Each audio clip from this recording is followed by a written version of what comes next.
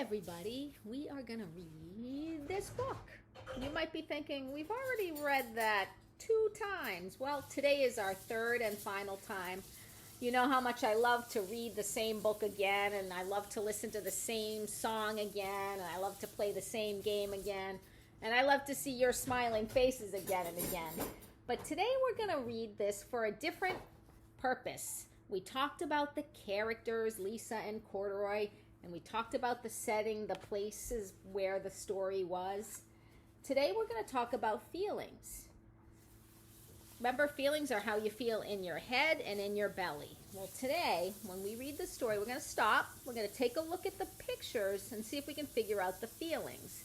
You know, when you look at someone's face, you can see how they're feeling. If somebody's like this, we know that feeling. Tired. If somebody's like this, we know that feeling is happy. If somebody's like this, that feeling is bored. We know if somebody's like this, angry or mad. And then we know the feeling like this, kind of sad. You know, I've been feeling sad lately about not coming to school, but getting to spend a little time with you guys makes me feel happy. All right, so Corduroy by Dan Freeman. He is the author and illustrator. Let's get ready to find out about the feelings. Corduroy. I see some happy faces in there, and then look at Corduroy. Doesn't look very happy. Let's find out. Corduroy is a bear who once lived in the toy department of a big store. Day after day, he waited with all the other animals and dolls for someone to come along and take him home. The store was always filled with shoppers buying all sorts of things, but no one ever seemed to want a small bear in green overalls. I guess that's what it is like to feel busy. Everybody's busy. They've got things to do. And then Lisa, she's looking, and Corduroy's looking too, and they both look sad if you look at their faces. Then one morning, a little girl stopped and looked straight into Corduroy's eyes. "Oh, Mommy," she said, "look, there's the very bear I've always wanted." "Not today, dear," her mother sighed. "I've spent too much already. Besides, he doesn't look new. He's lost the button to one of his shoulder straps." So if you look at Lisa's face, she is excited because she sees Corduroy, and her mother is... Nope, she's not having any of that. She doesn't want to spend any more money today. Now it says there's a word on the next page. But you can tell by looking at Corduroy's face, he's feeling sad. It says, Corduroy watched them sadly as they walked away. See that sad face? "I didn't know I'd lost a button," he said to himself. "Tonight I'll go see if I can find it." He's a little sad, maybe a little worried. Late that evening, when all the shoppers had gone and the doors were shut and locked, Corduroy climbed carefully down from his shelf and began searching everywhere on the floor for his lost button. He's a little curious, maybe a little worried. Where's that button? Can he find one? Suddenly, he felt the floor moving under him, and quite by accident, he had stepped onto an escalator and up he went. So maybe something like that's happened to you. The feeling for that is surprised. You feel it in your head and your belly, and your heart might be beating faster. Could this be a mountain, Corduroy wondered? I think I've always wanted to go up a mountain. Sometimes people might be afraid of the escalator, so you might not feel excited like Corduroy did. You might not like the escalator at all, and that's not something you're going to be excited about. You're going to be kind of afraid.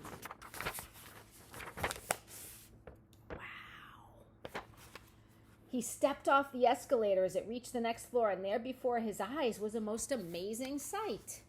Tables, chairs, and lamps, and sofas, and rows of beds. "This must be a palace," Corduroy gasped. "I've always wanted to live in a palace." So he's amazed was the big word, kind of surprised. It was unexpected that he walked in and saw that.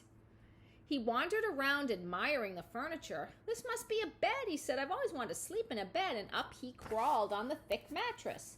All at once, he saw something small and round. So he's surprised again and happy. Why, here's my button. And he tried to pick it up, but like all the other buttons on the mattress, it was tied down tight.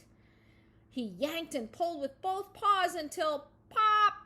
Off came the button, and off the mattress Corduroy toppled and bang into a tall floor lamp, and over it fell with a crash. So I think again he's feeling maybe a little surprised that the button came off, and then a little hurt. Looks like when you do that or this, you might have hurt your nose or your head or your stomach. We've all had that feeling. Corduroy didn't know it, but there was someone else awake in the store. The night watchman was going his rounds on the floor above.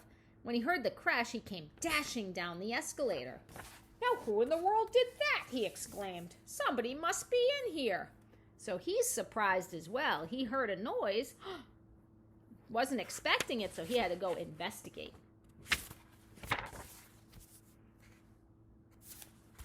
He flashed his light under and over sofas and beds until he came to the biggest bed of all, and there he saw two fuzzy brown ears sticking up from under the cover.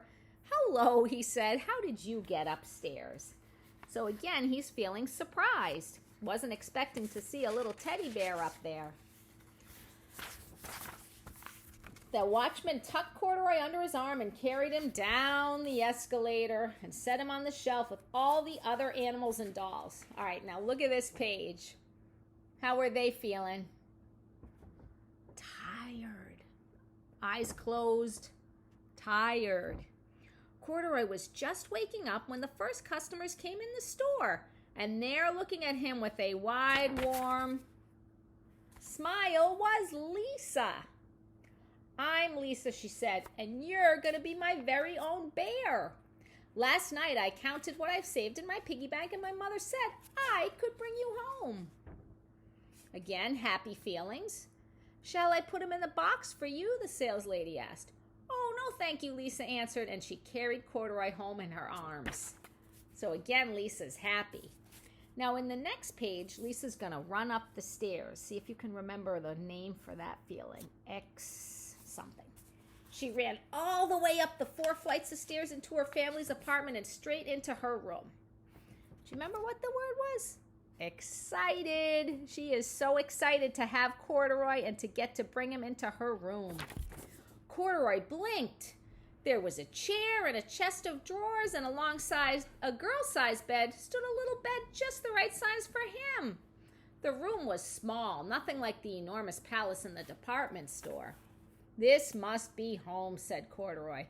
"I've always wanted a home." So I think he is very surprised at the nice home that he has, and also very happy. Lisa sat down with Corduroy on her lap and began to sew a button on his overalls. "I like you the way you are," she said, "but you'll be more comfortable with your shoulder strap fastened." Again, look at the faces. Very happy. "You must be a friend," said Corduroy. "I've always wanted a friend." "Me too," said Lisa, and gave him a big hug. Okay, so there were a lot of feelings in the book. The beginning part was the kind of sad feeling. Poor Corduroy. He wanted a home, and poor Lisa, she wanted Corduroy. Then in the middle, there were some of those surprised and excited and hurt feelings. And then at the end, a lot of happiness. Well, I hope you enjoy that story as much as I enjoy reading it with you. And maybe you have a book at your home that you love, and you can take a look and see if you can find out about the different feelings in the story. I'm thinking of other books we've read about the monster under my bed. Remember, the guy was scared about the monster, and then he was happy the monster came back. So see what books you have and what kind of feelings you can find. Maybe you can look around in your home and you can see who's feeling tired, who's feeling happy, who's feeling a little sad, if anybody's surprised or excited. Okay, I will see you guys soon. Bye.